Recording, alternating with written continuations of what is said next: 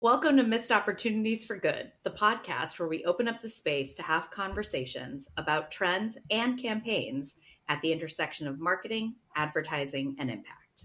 Hi, I'm Alana Ficalora. Hi, I'm Steph Belsky. We're social impact strategists, colleagues, and friends who are on a mission to revolutionize the industry we love. Today, there's a lot of virtue signaling, greenwashing, cause washing, or companies saying nothing out of fear of getting it wrong. Whether it's a moment or a movement, it still has to be real. It has to be authentic and aligned with the brand, not just performative. It's about the action being taken that goes along with the messaging. We're here to highlight who's doing it well, what could be better, and how companies can stop leaving money and the potential for real social change on the table. Our guest today on Creative Conversations is Karina Korol. Welcome, Karina. Karina Korol is an independent creative director and designer focusing on climate creativism, looking to push boundaries on how we use our creativity to tackle the looming crisis of our time. She was born in Ukraine and grew up in Israel and has worked with Headspace, Airbnb, Impossible Foods, and many others in her freelance career. I love that it's so sustainability focused since Karina and I met through Creatives for Climate. And so we're really excited to have you on today. Welcome to Missed Opportunities for Good. Thank you, Alana and Stephanie. It's so good to be with you. Let's get to know you a bit better now. If you can tell us, why do you do what you do without saying what you do? I do what I do without saying what I do. I do what I do because I really enjoy the creative process and the wrestling of thoughts in the head of trying to solve something. I really love having a problem that I really care about or that somebody tells me I need to care about. Right? But then, kind of obsessing about it and working on it, even when you're not really working on things. I love that my brain is always creative because of it, right? Yeah. And I really like how it makes me look at the world as well. It's interesting. I think as, advertisers, it can make us, I feel for me, it's made me quite I'm constantly being like, this is good because of that. Even if it's something like shit, I'm still constantly finding the positive in things, sometimes to a fault, but I do think that this kind of knee jerk to paint things in the good way, which I'll talk about later more because I have some feelings about them. I do like that effect that it has on me as a person and as a creative person. So. I love that. I appreciate too that you to a fault have a positive view on work than the opposite of, well, because I work in the industry, I automatically am more critical. So I think that's great that you can see the good in everything. I think that's definitely a positive trait. I will say that these days I'm having a hard time seeing the good in advertising. There it is. I mean, if only the world wasn't burning, I'd be like, it's great. But, it is. So it's not great. Details. I just love, Karina, how, because I totally butchered it, using creativity as a form of activism for climate is, just what this work is all about. So really excited to get into it a little bit more. So along those lines, what first drew you to doing work and impact? So I think, in the beginning of my career, I was really driven by, making beautiful work and being the best designer possible. I think as I got closer and closer to, moving from production to agency to brand side, I started thinking and caring more about what it is that my work is doing. And I got pretty disillusioned, to be honest. At some point I was hitting that moment of like, oh gosh, did I choose the wrong industry? Because maybe I just want to be an artist. Like, why do I have to do it within advertising? Mm-hmm. But then I arrived at a place called Impossible Foods, where I spent about a year and a half. And that has really shifted my perspective about working in advertising and like using the skills that I've gained now towards something that really matters to me. And that's where I'm at now. Is I'm actually working on launching a private practice of sorts, or a freelance studio that literally only works with clients that are actually tackling the climate crisis. And I'm going to be pretty, and the reason climate is, I don't know. I think it can be different for all of us, but in that moment of disillusion of, am I in the wrong career? Do I need to completely shift? I found that when it comes to the climate, which to me feels like the biggest problem and opportunity of our time, it was just it's endlessly giving, because unfortunately we're also endlessly failing on the climate space, just as humans around the world. And I know there's a lot of other areas of impact, but I just found that one, and I think also I just love sciencey things, So I love working with scientists. I love talking to scientists. I love reading science. It kind of gives me almost like a religious feeling. So my own version of religious feeling. So so I think that combination of things drew me to climate, specifically within the impact space. I think that's really interesting. And realistically, I mean, climate is all encompassing in and of itself, right? Because it is, I think for so long it was thought of as just the environmental piece of it. But the reality of it is the social side of sustainability is just as important as the environmental side of sustainability. And the environmental piece affects the social piece. And so they're so interconnected, and you can't really address one without addressing the other. I mean, how can you not address the biggest issue of our time, right? So I love that. Yeah, absolutely. And off of what you just said, I think definitely there's been a movement towards like climate justice, and not just talking about, like I said, science and the environment and animals and science and systems, and warming over here, but actually more and more about the human impact that's already happening and been happening for really decades now, but especially today. Absolutely. And huge congrats on opening up your new agency practice. Amazing. And on that note, what issue area are you most passionate about? Or obviously, if you're going to continue to talk about climate, you can feel free to dive into any part of the climate conversation that you've really dug deep in, because I know you've explored so many different interesting projects and conversations in that space already. Yeah, definitely. So I think obviously, like you've been saying, within climate, there are so many areas to look at within the climate crisis problem in general. And I've it's been interesting. Like I've done some work, like directly for brands who are like Impossible Foods, like I mentioned, but also I've worked with. I kind of rotated to the whole other side, and because I think, again, as an advertiser and just a communicator and someone who's constantly thinking about like, okay, how do we change the conversation? How do we bring this into conversation more? Like, climate just doesn't get talked about much. Like I don't even feel like we talk about it in our personal conversations. I think it's just so big and all encompassing, but I think we must, especially in the global north and in wealthy countries and wealthy cities too, just be having these conversations all the time. And, one of the things that's been bubbling up over the last years is obviously a lot of climate activism, especially over in Europe. And I was spending the last couple of years in London and Tel Aviv, which is where I'm from. And during that time, I got drawn to this group called Scientist Rebellion, which, if you've heard of Extinction Rebellion, now there's quite a few groups, obviously, that tackle climate on the streets, and what's called nonviolent civil disobedience, direct action. And this group specifically is made up of scientists and academics, mostly who are, in the climate space, who are just going, yo, how much longer are we going to measure the demise? Like, nobody's listening to us. We've got to do something, right?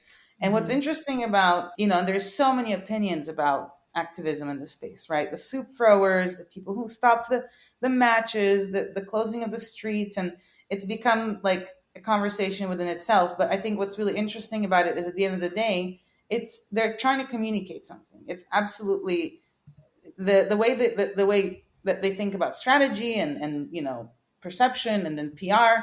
It's all the same, except they're a bunch of scientists and academics. They're not advertisers. They're not communicators of this kind, So I just realized how much a group like that, and I think this applies to so many other, whether it's in activism or nonprofit or even brand side, or government side, just scientists communicating the problem is something that I think could use so much help from folks in our industry, because there's so many brilliant people working in marketing and advertising. I mean, honestly, and they're just not putting their heads to this problem.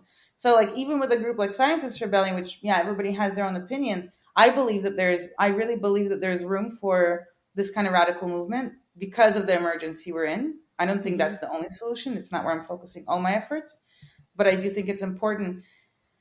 And what they're doing is performative, right? They're trying to perform something so that the news picks it up, so that people talk about it. It's the same. It's the same like trying to sell a product or whatever we're trying to talk about. So I think there is just so much room for anyone who's interested to do stuff in climate creatively, as I coined it for now, climate creativism.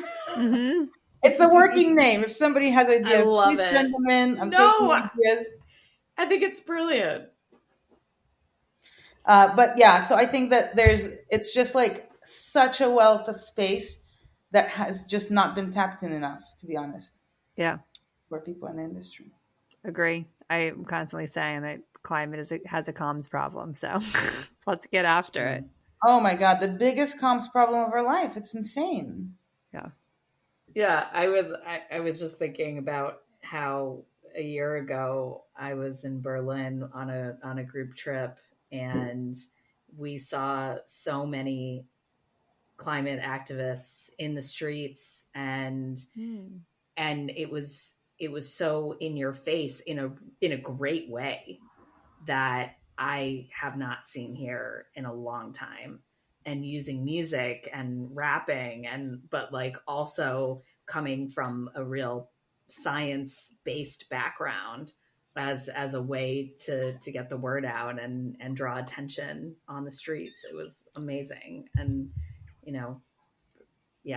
everybody in Europe it feels like is doing so much more. And it's funny you see that, because Stephanie, I was in Berlin a year ago. Yeah, we had a month-long campaign with Scientists Rebellion and many other groups there, and every day we would come. First day we went to the Ministry of Transport. Next day we went to the Ministry of Finance. Next day we went. There was the WHO had a conference, a World Health Conference, and we went there. And when I say went there, I'm saying I was documenting, right?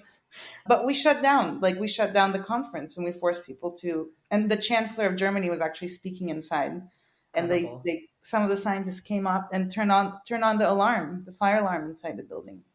And it was interesting because the Ministry of Health came out, and scientists were sitting down on the ground, kind of like we're not moving. The police was already surrounding 10 times more police than the activists, but that's how it goes.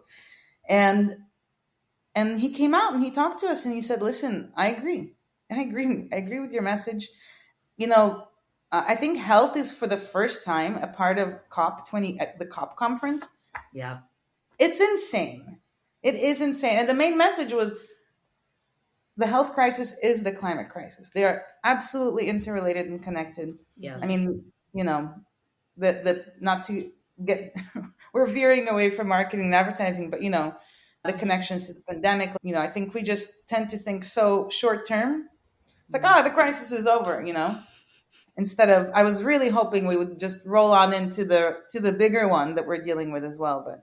But anyways, all that to say is, I think that we're so behind, and I think it's been interesting for me to be around these groups that are very quote unquote radical, that, just as you said, like they're just bringing it to the streets. They're making sure that you can't ignore it. Yeah. And then coming back here and seeing just how different I live in LA, like I think, as we were saying, it's just not talked about, like in conversation. Mm-hmm. We certainly don't see people on the streets marching about it. Mm-mm. So, and it's really disheartening, it's disheartening that here in this city, we're not seeing it as the big problem that it is. At least that's how it feels like to me. Totally. And I'm hoping that theory, we're saying that should care more. Huh? And in theory, in California, in Los Angeles, we are supposedly doing more than so many other cities across the U.S. And still, it feels like it's not really acknowledged so much of the time here. Yeah, exactly. And unfortunately, we still talk about recycling more than anything. So Yes. which was invented by advertising. And this is And why we there can it come in is. and save the day. Because we started the problem. Exactly. Well, we're a big part of it, right? Totally. We were hired to perpetuate the problem.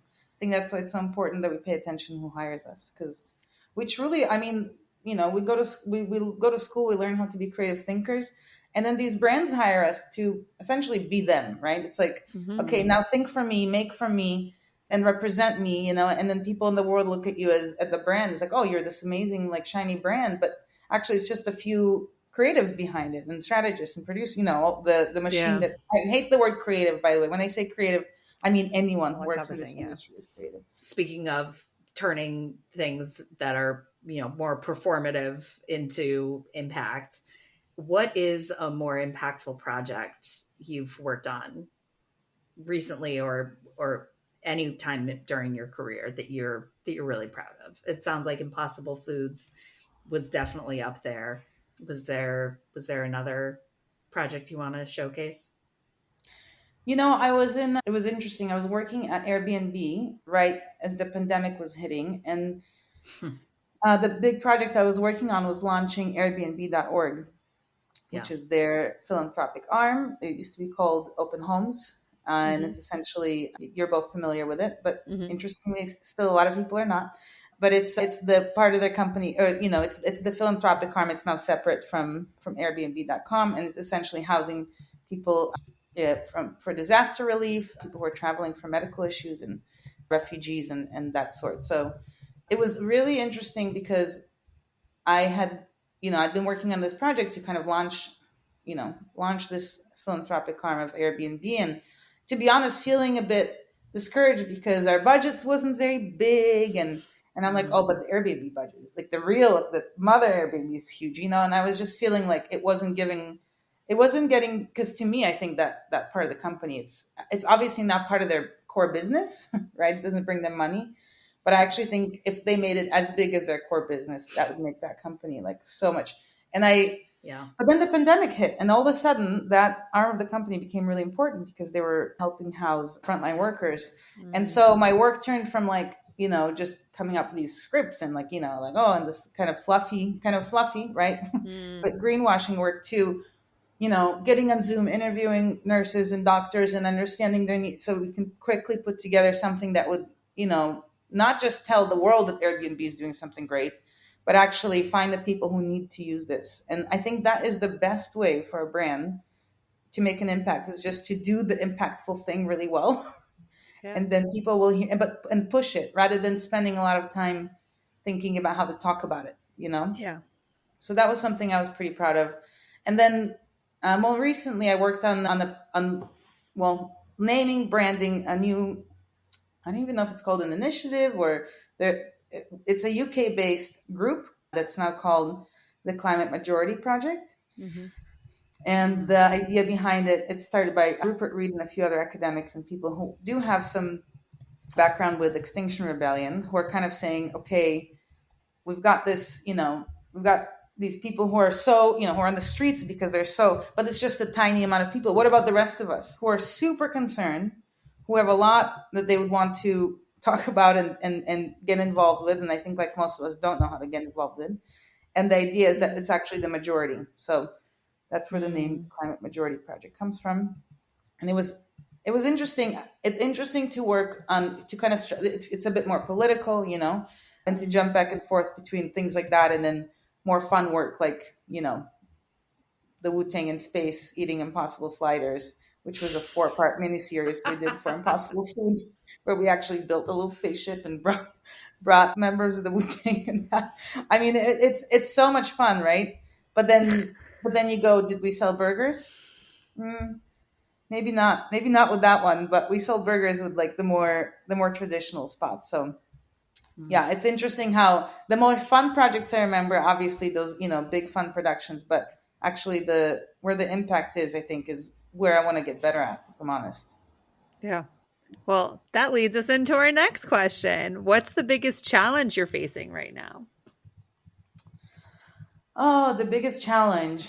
I think that as I said, I want to focus all my work in climate stuff, right? I'm just being kind of strict about that. And it's hard. It's hard to do. I also find myself, so for a while now, I've been saying, like, for example, when Airbnb hired me, I said, listen, I just want to do impact work. So they actually put me on 2 projects, and they're like, see, you get to work on this still. So it's been really, this is not a challenge. This is actually, I've realized how it works. If you tell your employer or your potential employer or, freelance project that you want to do this kind of work, they can't really say much.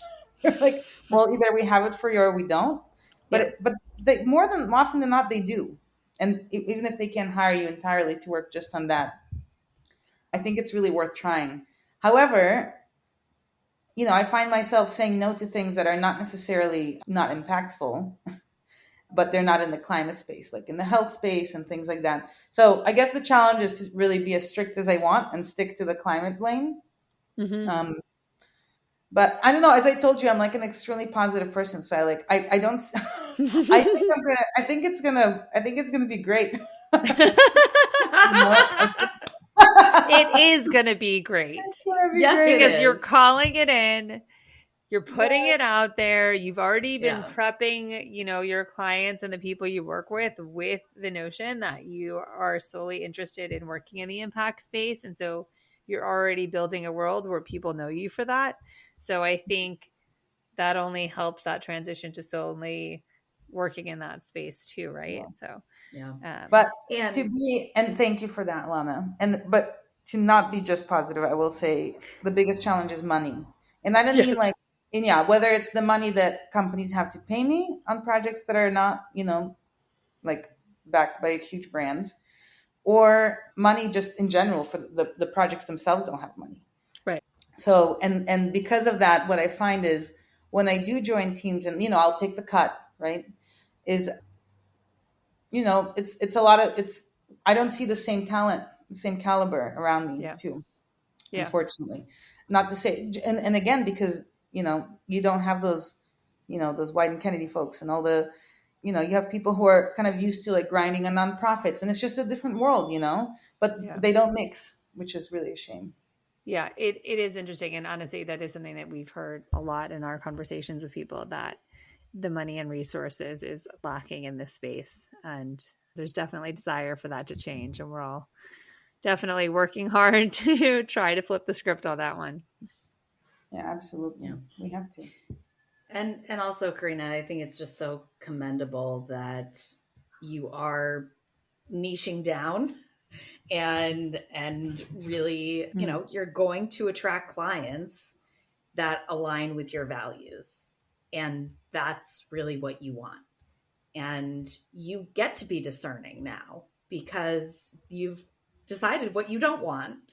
And so, I think the work that you're going to continue to do is just going to be super fulfilling. And we're really excited to see how it all comes together in the new year.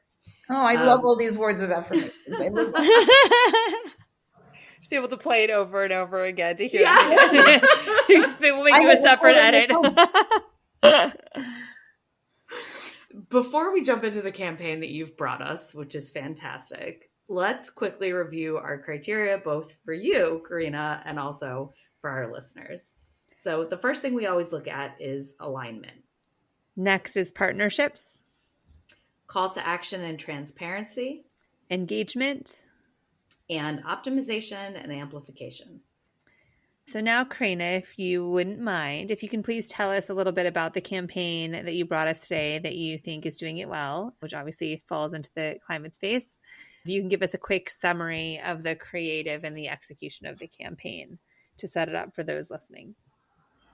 Yes. And I have to say, I don't know if I didn't read your instructions well, but all I'm going to say is I didn't necessarily bring a campaign that I think is doing it well. I think that's also totally fair. It's all fair. Yes. Even better, actually. We like to dig into things that were missed opportunities. So we appreciate when there's opportunities beyond even, sometimes it's also that the creative isn't that great and that's the opportunity. And sometimes there's like actual action that's the opportunity. So we'll definitely throw out all of our questions of to analyze and dig in. So let's see. So the campaign that I brought today is a campaign by LG, made by Day, New York, which is called "Better Choices Make a Better World," and it talks about the importance of sustainability in people's lives. And it's, to me, it just feels like a bit of a manifesto-y kind of hero spot that sets out how they feel about sustainability. And I was interested in it because I feel like I've been seeing a lot of these.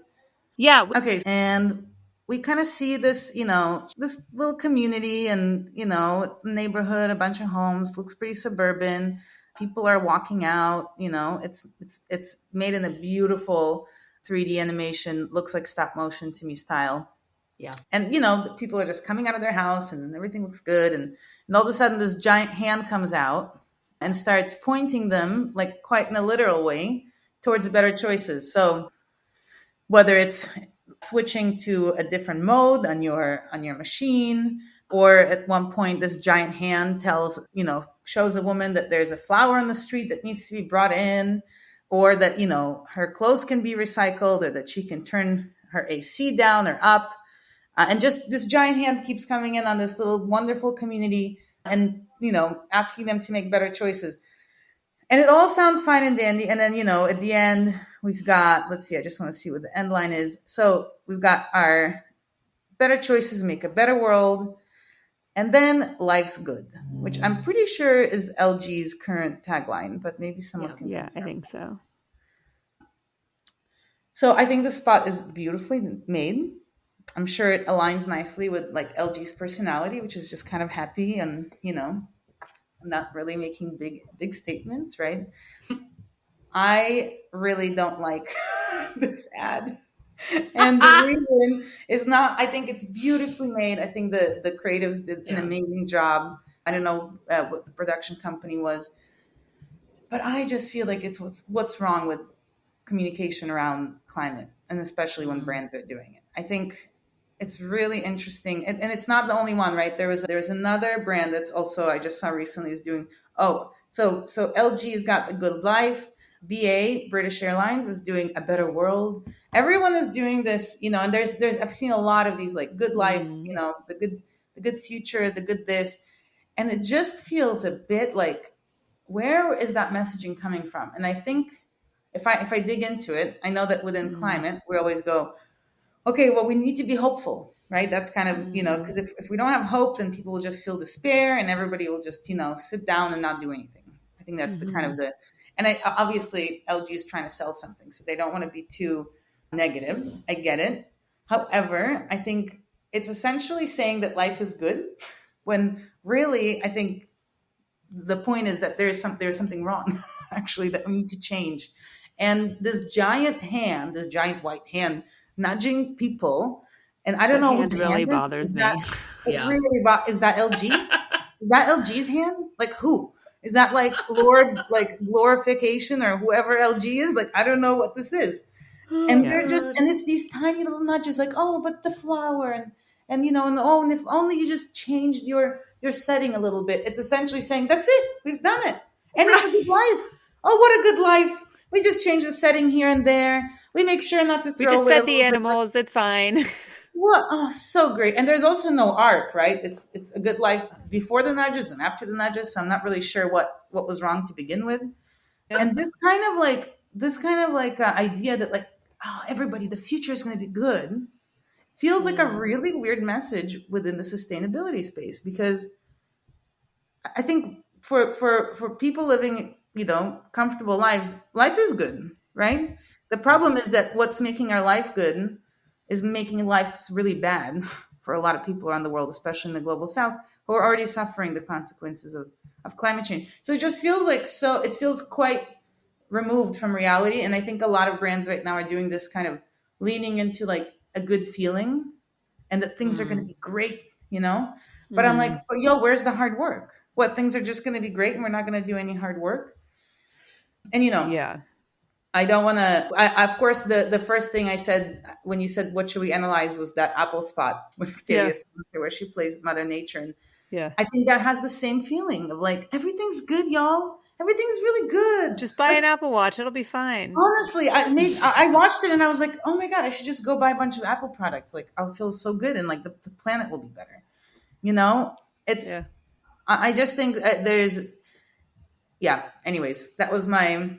It's a different type of gaslighting. Oh, absolutely. Interesting. It's totally gaslighting. Okay, I was going to say, to the point of what you're saying is interesting, because even in the fact that they have the making of video, this making of video is actually not selling the dream anymore in a positive way.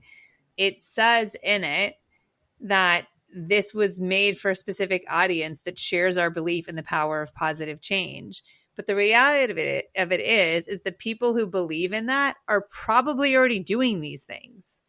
So you're not teaching them anything new. So by that, if that is your target audience, you actually haven't, like, I would imagine this would not sit well, right? Because we are all people who are doing things for positive change, and we're like, about this in that sense. And I think it goes back to what you were saying about the recycling as well, in that people think like, oh, I put it in the recycling bin, it's fine. And even in this, they show the behind the scenes of like, oh, it's a zero waste set.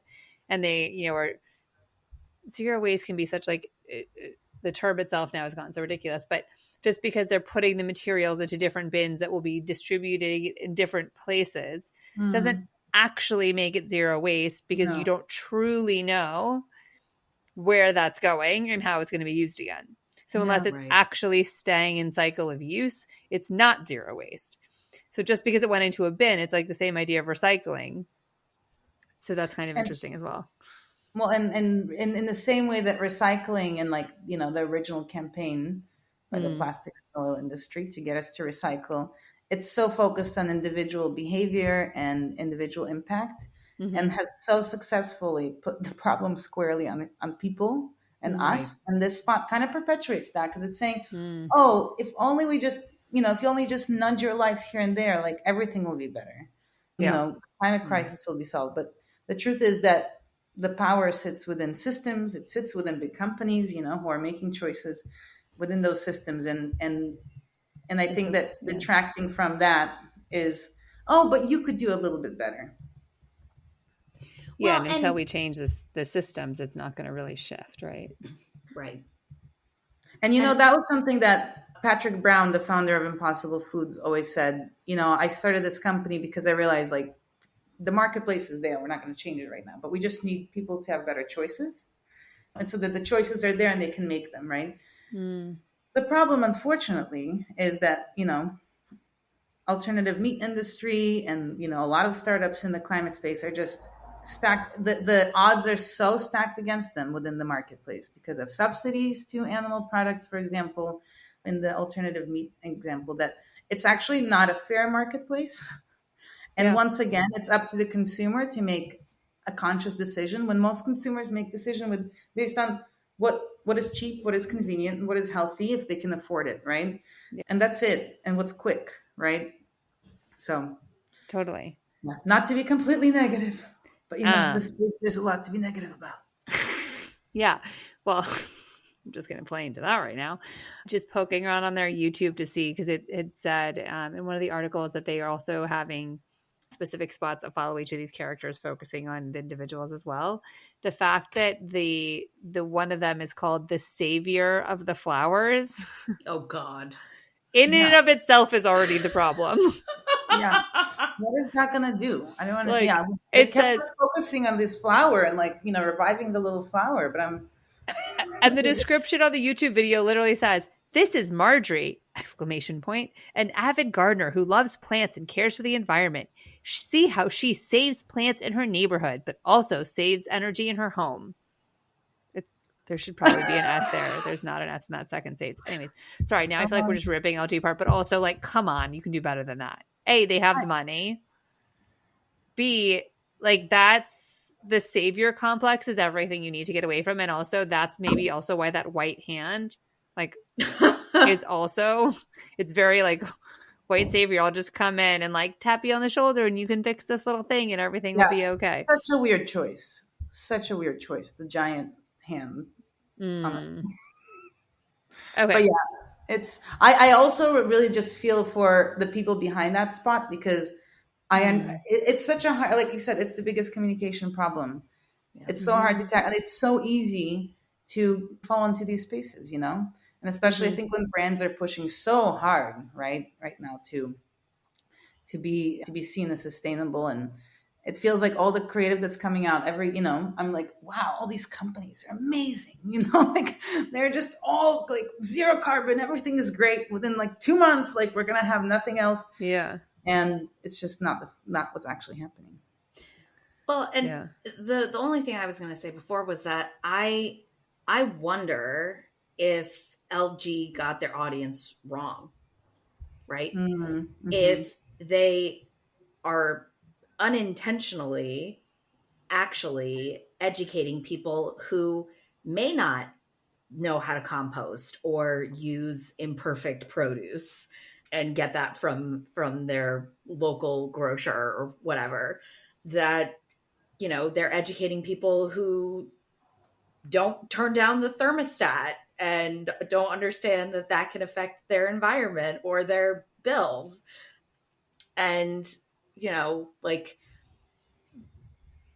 I am, as an also eternal optimist, I'm always going to say, like, at least they're saying something, they're doing something, they're putting something out there. But I definitely agree that it fell flat, especially if they claim that they are trying to reach like-minded customers who are already taking some of these things into consideration. Then it's totally, what's the word I'm looking for? it's like it's patronizing. It's to absolutely patronizing to that audience. Yes. Right. And why is this company even, like, why does it even hold a space of giving advice about how to be more sustainable in your life? Like, I understand them giving, like explaining how their products can be maximized for less electrical use or whatever, right? That makes sense. That's squarely about what they're but I think in the desire to tell a nice story and to go bigger and to say, oh, but all of life is good. I mean, it's just over-rotating. I think the tricky thing is, and then we can get into the criteria, I think it's that I think LG may stand for life is good or something along those lines, or they just use it as their tagline. But so it makes sense in a way that it ends with that. But I think by the nature of having the hand that's coming in directing it, I think throws off the message. Like, I think that's really derailing the message and having this idea that they're trying to reach this audience specifically. I think when a brand is selling you something anyways, and they're trying to, like, I don't necessarily have a problem with the trying to teach a sustainable behavior, but in this context, it feels a little weird. Like, this execution of doing that feels a little weird. Yeah. And I don't know, I think stop motion also might have just been a weird choice for the delivery of that. Like, I think of, laundry companies that have done campaigns around washing in cold water. Most people don't know that if they wash in cold water, their clothes are going to get just as clean and they're saving energy. So, like, that's useful information. And maybe some people will actually make those changes. So to Steph's point, like, maybe, people don't know how to compost or don't think it's important or aren't going to pick that sweater up off the side of the road and wash it. But I just think that, like, the way they went about trying to get those messages across is a little forced and strange and not necessarily very helpful. Or behavior changing, really. Yeah, I think at the end of the day, it just makes us feel good about LG, right? Like, I don't think that I don't buy that this actually is meant to teach me something. I don't even feel good about LG. I didn't even walk away being like, I should get one of those. Yeah, I was like, eh. Yeah, it's interesting. And I think by contrast, I was in Heathrow Airport about a year ago or so. And this was like one of my favorite like ads within the space. And it was actually just a PSA from Heathrow. And it was a big billboard inside the airport with a giant elephant. And it just said, there's an elephant at the airport. And it just addressed the fact that flying is the single worst thing we can do. for climate. And that's it. And you were there flying. You're meant to feel good, right? Because you're like, oh, I'm going on vacation or whatever I'm going. But it just put it right there in front of you, and it's true. It's the truth is that this is, and it made me. Well, I mean, it made me feel really good about Heathrow, because I felt like, God, they're just saying it like it is. Yeah, they're acknowledging it. They're not trying to paint some picture. They're actually making me feel uncomfortable, and I think that's what we really need right now. And I feel like brands will be rewarded if they make people feel just a bit more uncomfortable about climate. Yeah. You mean it's funny you say that, because I don't get to fly that much anymore. And I remember flying out of LAX to New York, and this happened on both sides of the flight. And I love Delta, and I fly Delta, and there was a huge billboard outside talking about some sustainability, something for Delta. And I was like, that's not real. And then, you get inside the plane, and there's the big sign on the first class comforters about how they're like made out of recycled water bottles or whatever, sitting promptly next to a plastic water bottle for first class.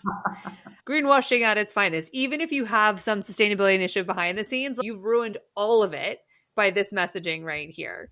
And then walking through the airport in New York on the way back, and so, a water bottle company that had plastic water bottles. They sell water in plastic water bottles in the airport, and it was all the messaging on the display was about how they were zero waste. Oh my God. Or carbon neutral or something. And I was like, again, this isn't real.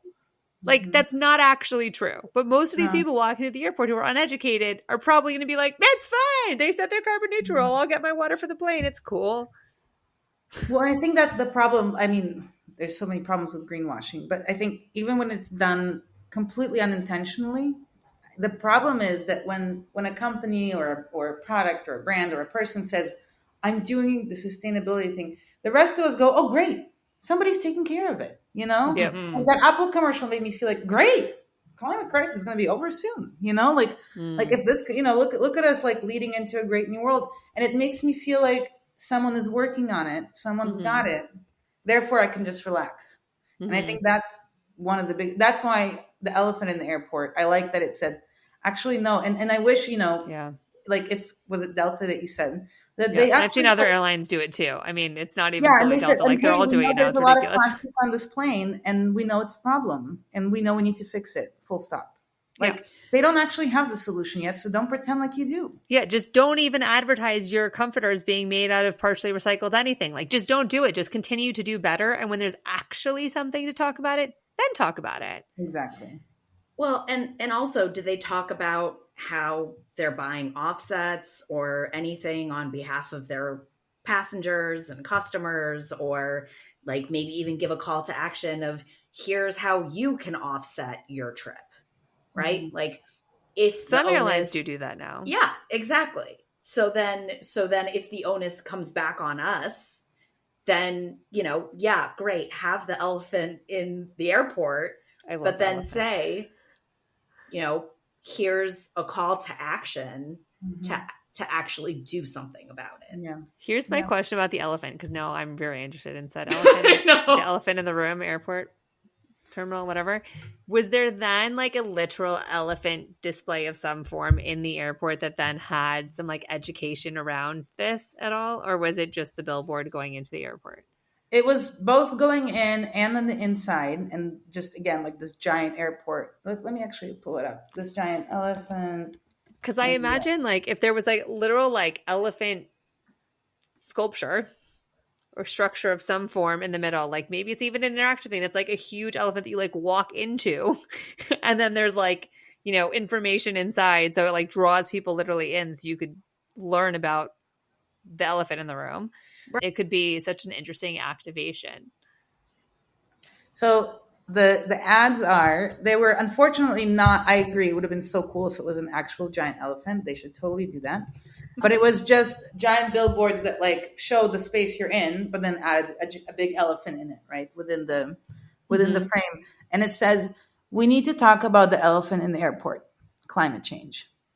And then it just says, to find out how we're helping tackle the greatest challenge of our time, visit heathrow.com/climate. So at the end, they throw it back to themselves, but actually, here's another one that says, a heavyweight problem requires a heavyweight solution.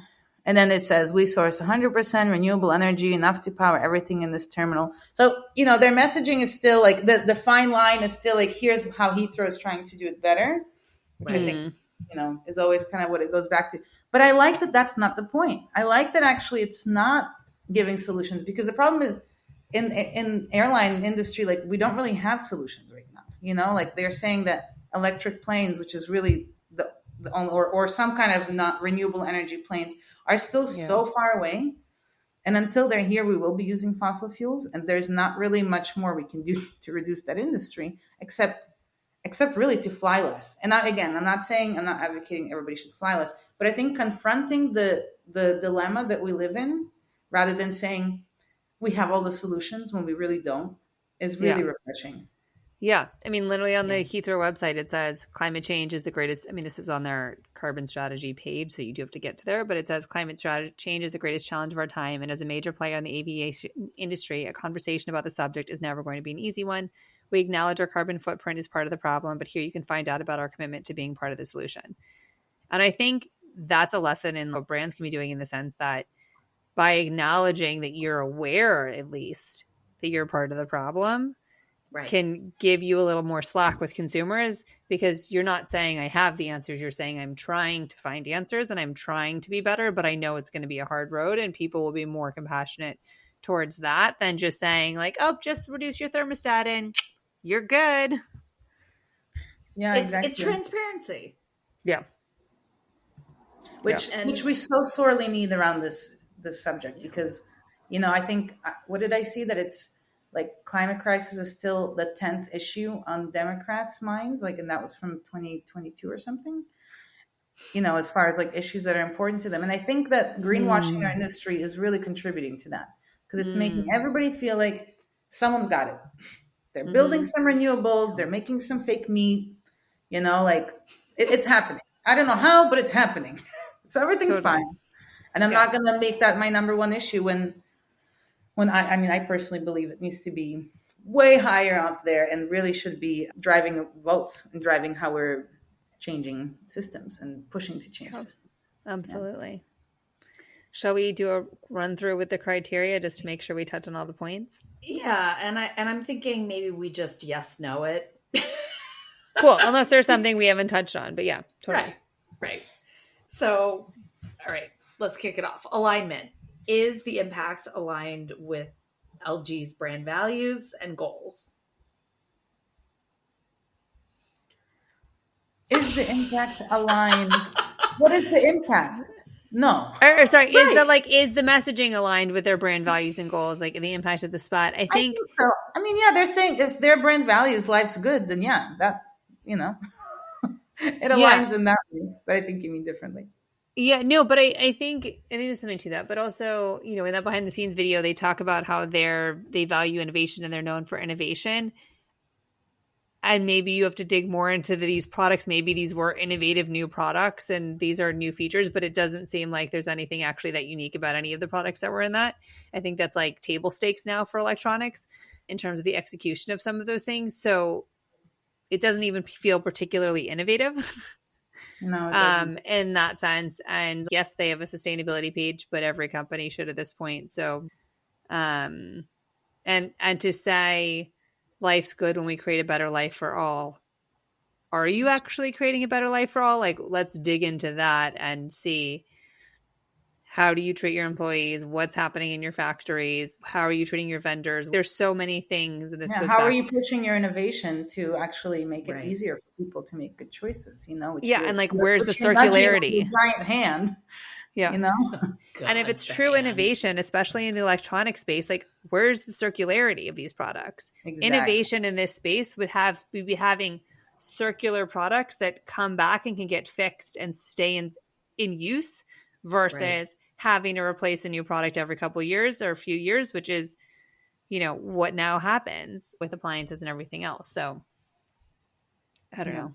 Yeah. I want LG to come out and say, we made the product, and so that you don't ever have to buy another product again, because it's so sustainable and circular, right? Like, that would be the move, right? Like, you just can switch out the one little piece and like, we'll do it for you. Like, that's where you get that buy-in. But Yeah, and to your point, the fact that they're not doing that makes me go, okay, so their products are not innovative. They just want me to be a better person. Got it. That's a no then. No on alignment. I think that's like, there's no talent influencer partnership, so we won't dig into that. There's clearly no nonprofit partnership. That could be a famous hand. That famous hand model. Maybe it's just the model. It's the CEO of LG. Yeah. I mean, it's interesting. Well, I guess we can talk about this in the sense of a missed opportunity, right? Like a nonprofit partnership or even a carbon offset partnership or an anything partnership of impact is that if you're going to sit here and have these sustainability messages, then like where could you then be sending consumers to learn more about compost, to support their local community garden, to learn how to do this in their own way?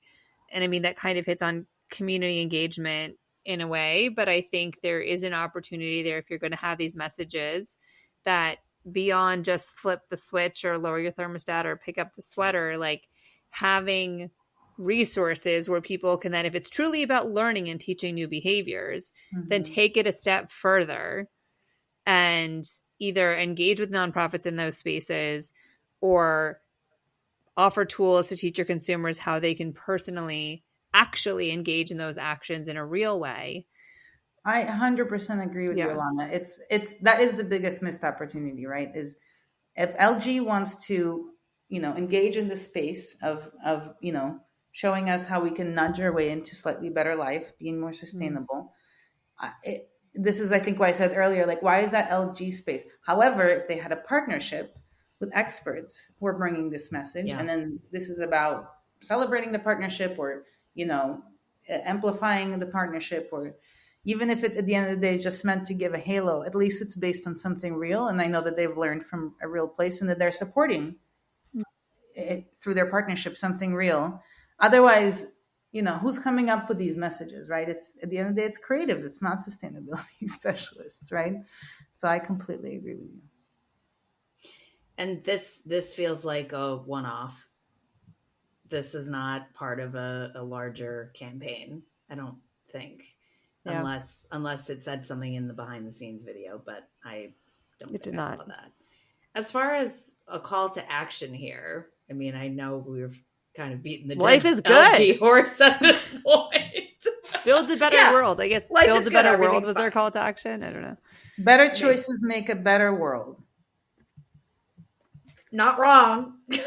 Yep. But also, I mean, it's interesting because if you really want to dig into, like, you could really build a whole campaign, right, about better choices make a better world and look at what are these other choices that you could make to make a better world. And you could be going to anything from getting politically engaged and actually voting as we go into an election year. You could get into sustainability initiatives. You can get into policy change. You can get into, I mean, it's a pretty broad statement. So it could, affect so many different areas, but you'd have to actually care enough to put the money and initiative behind it to grow that as your campaign and make true change. Yeah. The campaign concept has legs for sure, but whether or not they're actually going to do anything with it, and I agree. I think stop motion animation was probably not the medium for this, and then throwing in that less subtle call to action of, oh, I should just buy an LG dryer and washing machine because that's a better choice.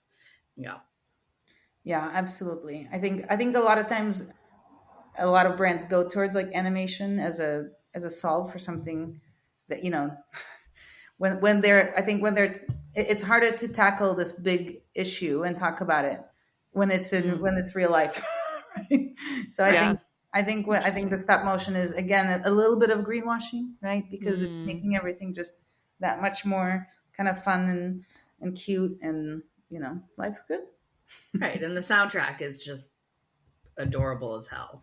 So that doesn't hurt anything either. Yeah. To make you feel like, I could be optimistic about this. These little warm and fuzzy characters with warm and fuzzy music, and we're just going to be warm and fuzzy all day long. But this live action hand will come in and tell you how your cute little life can be just a little bit cuter. Yeah, it's so weird. It's such a So weird. Whose such hand a is that? choice. Whose hand is it? Please, I want to know. Oh What am I gosh. supposed to So important. Oh my God, that's so funny. Okay, so I mean, transparency. I think we've really gotten into the lack of transparency there. Yeah. Community engagement we touched on. Employee engagement. I mean, again, I think that's like you need to know what's happening behind the scenes and if they're truly living these values on the other side, Right. and and taking care of their employees in that way. And then cross promotion. I don't know if there was any other than this behind the scenes, but it's a wash at this point because I think we've really been a little snarky on this one. Sorry, LG. Rightfully. We can help you. We go too hard on this one. I just hated it so much when I saw it. But look, we have people who can help redirect and support. There's opportunity in this campaign. We have individuals right here who can fix this for you, LG. So that's right. Let's go. We can do it better. We can better totally choices. Do No. Make better. I would flip it back to LG and say, "Great, what are the better choices you're making?" That's boom, baby. Yes. So funny. I feel like I talk with my toddler about making better choices, and like here we are talking to a company about making better choices. As she's going to turn to you and say, "What better choices are you making?" Define better. So funny. Well, on that note, we can all make better choices. But on that note, thank you so much, Karina, for joining us today. Where can folks learn more about you and your work? Well, in the meantime, until your link is live. This episode comes up, you can learn more at KarinaKorol.com. Woo-hoo. Excellent. Thank you so much for being here and helping us shine a light and learn from those who are doing it well, ? Hey, listen, I mean, I'm still figuring it out. We just That's right. I think the more of us are in this space, the easier it will be for all of us to do more of this. So totally. Yeah. And hopefully we'll all reduce the missed opportunities for good. We want to hear from you. Please let us know, what campaigns are you seeing that are doing it well? Who would you like to see us interview? And what campaigns would you like us to audit? Thank you so much to our listeners for joining us on our mission to revolutionize the industry that we love. Missed Opportunities for Good is a production of Align for Impact and Love of Good.